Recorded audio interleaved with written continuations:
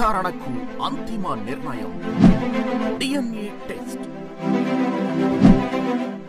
ఉన్నది ఉన్నట్లుగా వాస్తవాలను శోధించి వివరించే మన DNA టీవీ, మన రాష్ట్రం, మన ఛానల్. నమస్కారం, వార్తలకి స్వాగతం. ఈనాటి ముఖ్యాంశాలు.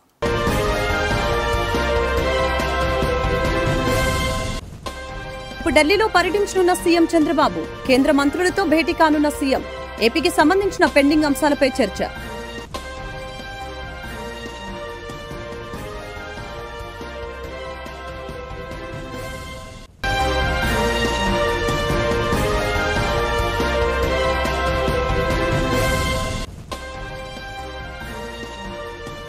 విజయవాడ నగరాన్ని మరింత సుందరీకరణ చేసేందుకు కృషి చేస్తున్నామని విజయవాడ ఎంపీ కేశినేని శివనాథ్ వెల్లడి. ముఖ్యమంత్రి చంద్రబాబు నాయుడు నాయకత్వంలో అమరావతిలో భాగమైన విజయవాడ ప్రాంతం రూపురేఖలు మారబోతున్నాయని వ్యాఖ్య.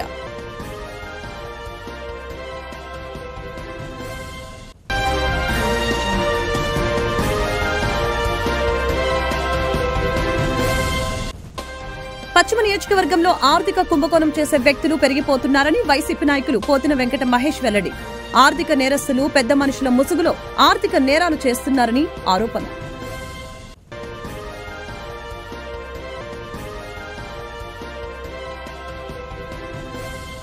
ఏపీ ముఖ్యమంత్రి చంద్రబాబు రేపు ఢిల్లీలో పర్యటించనున్నారు. తన పుట్టినరోజు వేడుకల కోసం కుటుంబ సభ్యులతో కలిసి యూరోప్ వెళ్లిన చంద్రబాబు ఇవాళ రాత్రికి హస్తిన చేరుకోనున్నారు. చంద్రబాబు రేపు ఉదయం 10:30 కేంద్ర జలశక్తి మంత్రి సిఆర్ పాటిల్తో సమావేశం కానున్నారు. అనంతరం 11:30 కేంద్ర మంత్రి అర్జున్ రామ్ మేఘ్వాల్తో భేటీ అవుతారు. మధ్యాహ్నం 2 గంటలకి కేంద్ర హోంమంత్రి అమిత్ షాను కలవనున్నారు.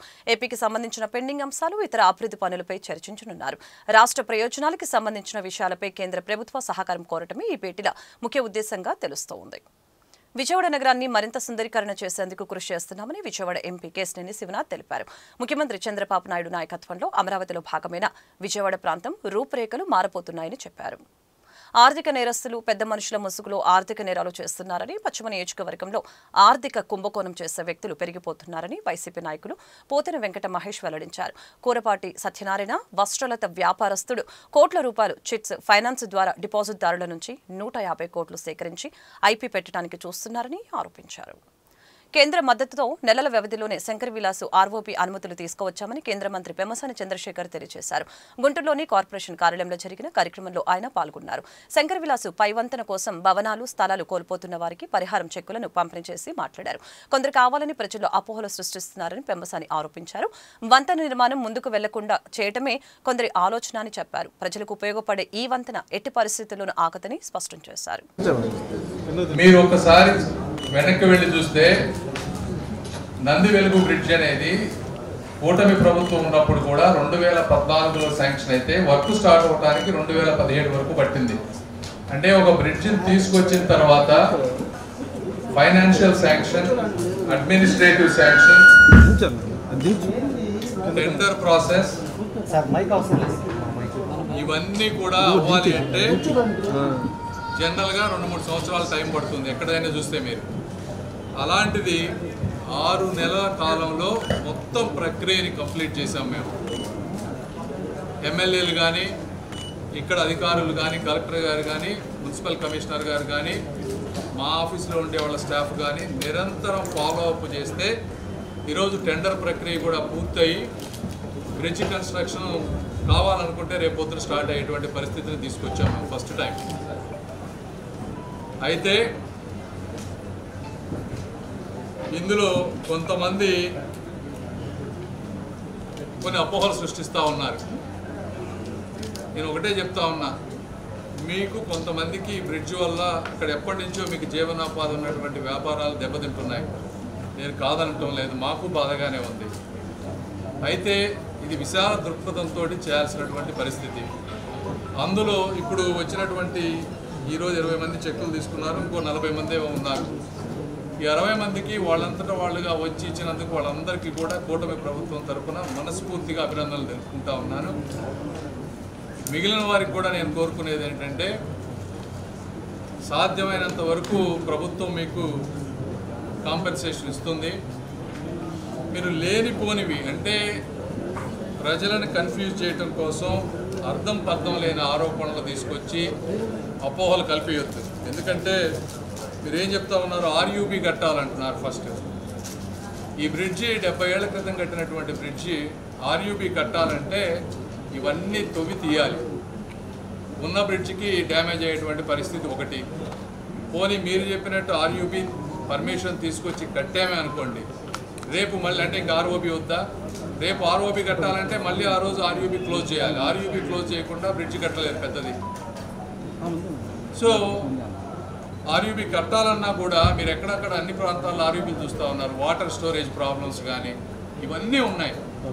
అంత పెద్ద బ్రిడ్జి ఆర్యూబీ కట్టిన తర్వాత మళ్ళీ ఆర్ఓబీ కట్టాలంటే ఆ కాలమ్స్ కానీ ఇవన్నీ కూడా ఇంజనీర్లు ఏం చెప్తున్నారు, అది కరెక్ట్ పద్ధతి కాదు అని చెప్తా ఉన్నారు. సో ఇది జరిగేటువంటి పరిస్థితి కాదు. వీళ్ళ ఇనిషియల్గా వీళ్ళందరూ ఎవరైతే ఉన్నారో వాళ్ళందరూ వచ్చి 2-3 చెప్తా ఉంటే నేను కూడా పాపం వీళ్ళు నిజంగానే మంచి సలహాలు ఇస్తున్నారని 4 సార్లు కలిసాం మేమందరం అధికారులతోటి. ఈ ఏడాది మిర్చి రైతులకు పెద్ద మొత్తంలో నష్టం జరిగిందని వైసీపీ జిల్లా అధ్యక్షులు అంబటి రాంబాబు తెలిపారు. ప్రభుత్వం మద్దతు ధర ఇవ్వని కారణంగా రైతులు అప్పుల పాలే రోడ్డును పడ్డారని చెప్పారు. వక్ఫ్ సవరణ బిల్లు విషయంలో మైనార్టీల్ని మోసం చేసిందని చెప్పారు. శంకర్ విలాస్ ఓవర్ బ్రిడ్జి విస్తరణ వలన కూడా ఎలాంటి ప్రయోజనం ఉండదని చెప్పారు. సోమవారం పార్టీ నేతలతో సమావేశం నిర్వహించిన అనంతరం అంబటి మీడియాతో మాట్లాడారు.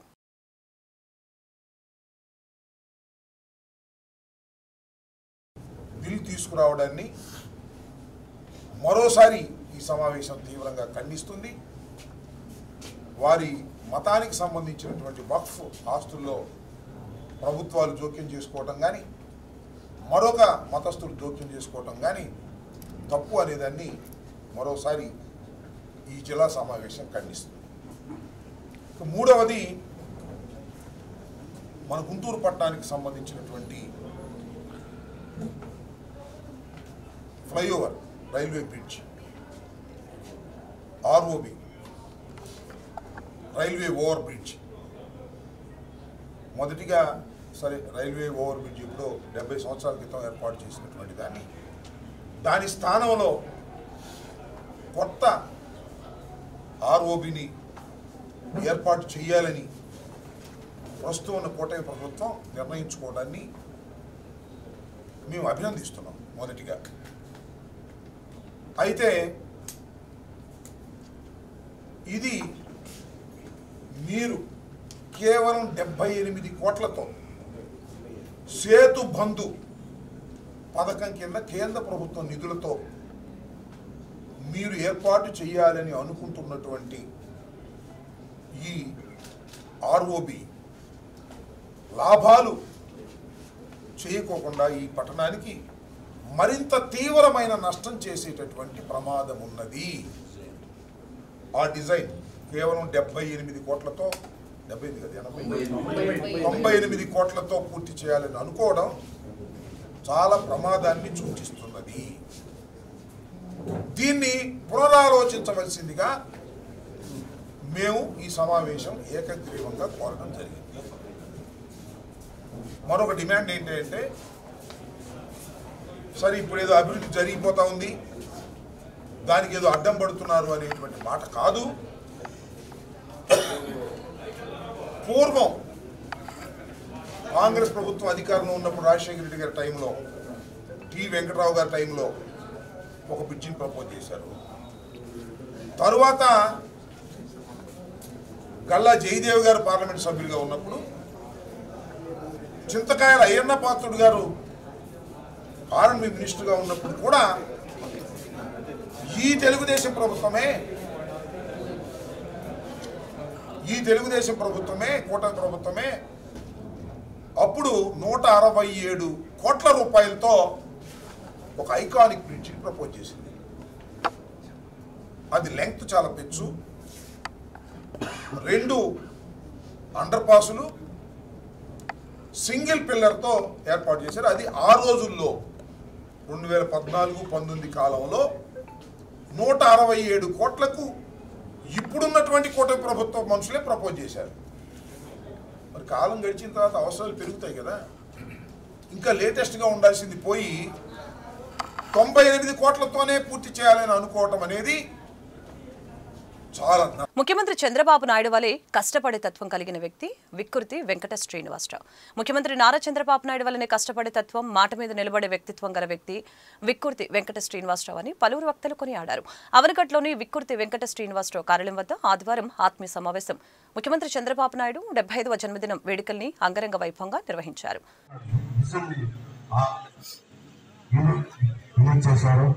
దానివల్ల ఏంటంటే ఒక విలేజ్లో ఒక ఇద్దరు ముగ్గురు ఆర్థికంగా బలపడిన వారు, ఆర్థికంగా వెనుకబడిన వారు తీసుకొని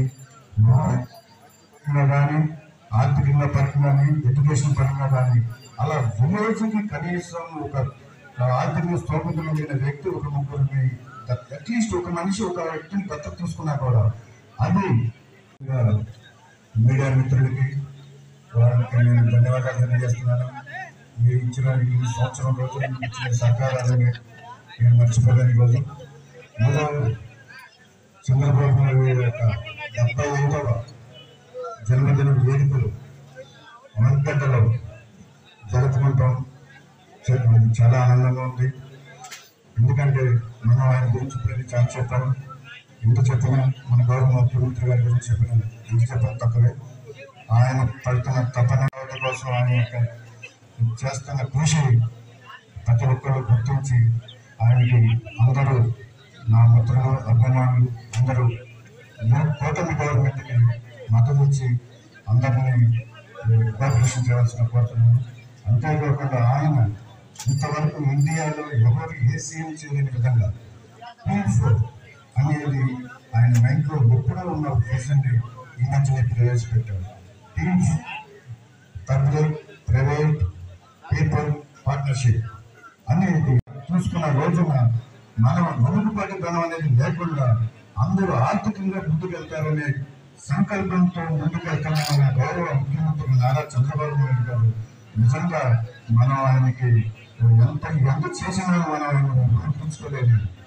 అలాంటి వ్యక్తి జన్మదినం ఈరోజు అవనగడ్డలో జరుపుకుంటాం. ఇంతమంది సమక్షంలో అవనగడ్డలో జరుపుకుంటాం అనేది ప్రపంచంలోని తెలుగు వారందరికీ చంద్రబాబు ఆరాధ్య నాయకుడని అవనగడ్డ ఎమ్మెల్యే మండలి బుద్ధప్రసాద్ తెలిపారు.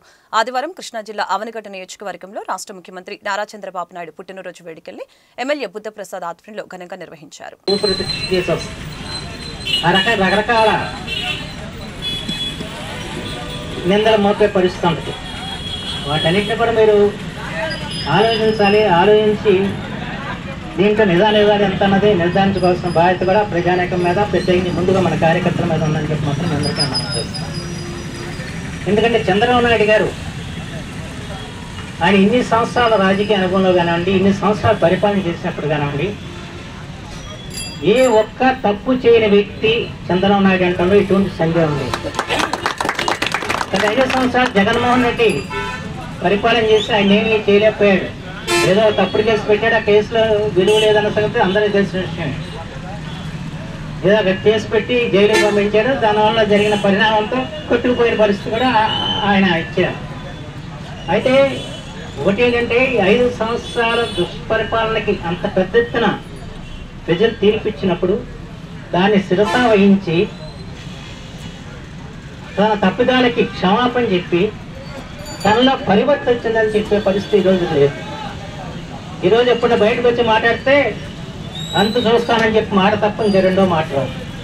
అలానే అధికారంలోకి వస్తే పోలీసు వ్యవహారం చూస్తాను, లేదా మీ వ్యవహారం చూస్తాను అని చెప్పిన బెదిరింపు ద్వారా తప్ప ఎక్కడా కూడా ప్రజాస్వామ్యబద్ధంగా వ్యవహరించాలని చెప్పి ఆలోచన వాళ్ళు జగన్మోహన్ రెడ్డి లేదనే విషయం మీరు గుర్తుంచుకోవాల్సిన అవసరం అంతే.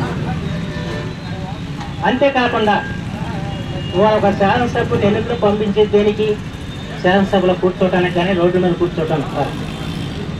ఇవాళ 11 మంది శాసనసభ్యులకి ఇవాళ మీరు పరిమితయ్యారు. మీ 11 మంది శాసనసభ్యులు శాసనసభకి ఆఖరి మీ నియోజక సమస్యలే కాకుండా రాష్ట్ర సమస్యల మీద గొంతెత్తాల్సిన అవసరం ఉంది. ఇప్పుడు కూడా ప్రతిపక్షం బలంగా ఉంటేనే అధికార పక్షం మెరుగుతో వ్యవహరిస్తుంది. ఇవాళ ఆ పరిస్థితి లేకుండా పోయింది.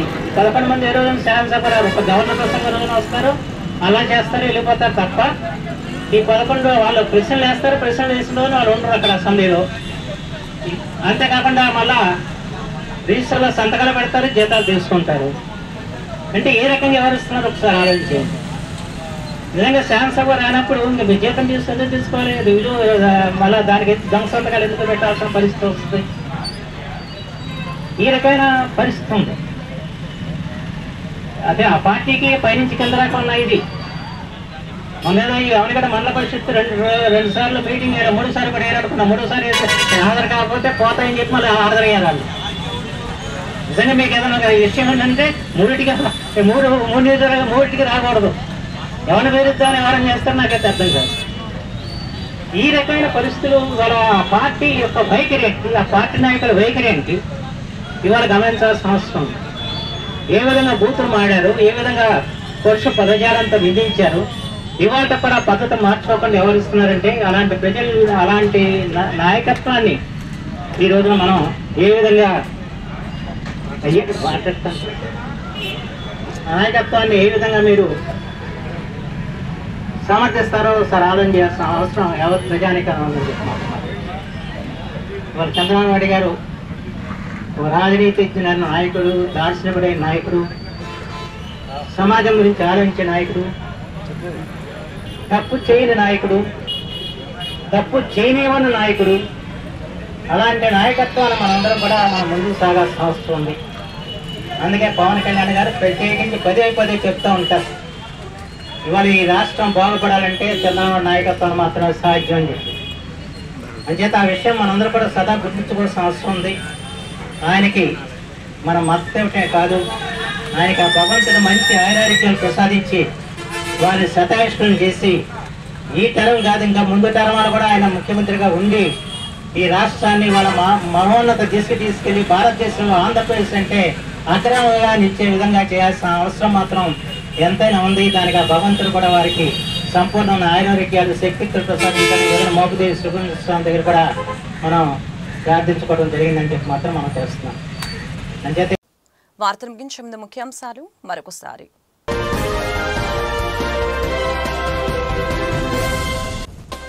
ఇప్పుడు ఢిల్లీలో పర్యటించనున్న సీఎం చంద్రబాబు, కేంద్ర మంత్రులతో భేటీ కానున్న సీఎం, ఏపీకి సంబంధించిన పెండింగ్ అంశాలపై చర్చ.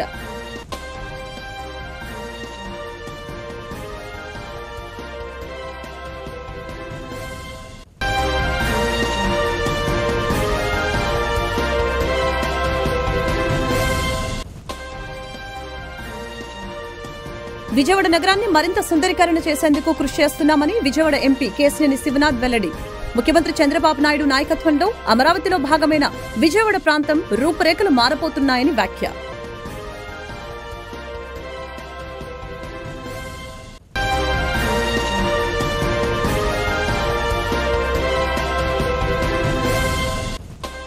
పశ్చిమ నియోజకవర్గంలో ఆర్థిక కుంభకోణం చేసే వ్యక్తులు పెరిగిపోతున్నారని వైసీపీ నాయకులు పోతిన వెంకట మహేష్ వెల్లడి. ఆర్థిక నేరస్తులు పెద్ద మనుషుల ముసుగులో ఆర్థిక నేరాలు చేస్తున్నారని ఆరోపణ.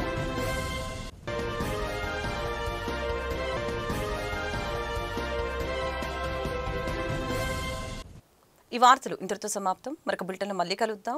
నమస్కారం.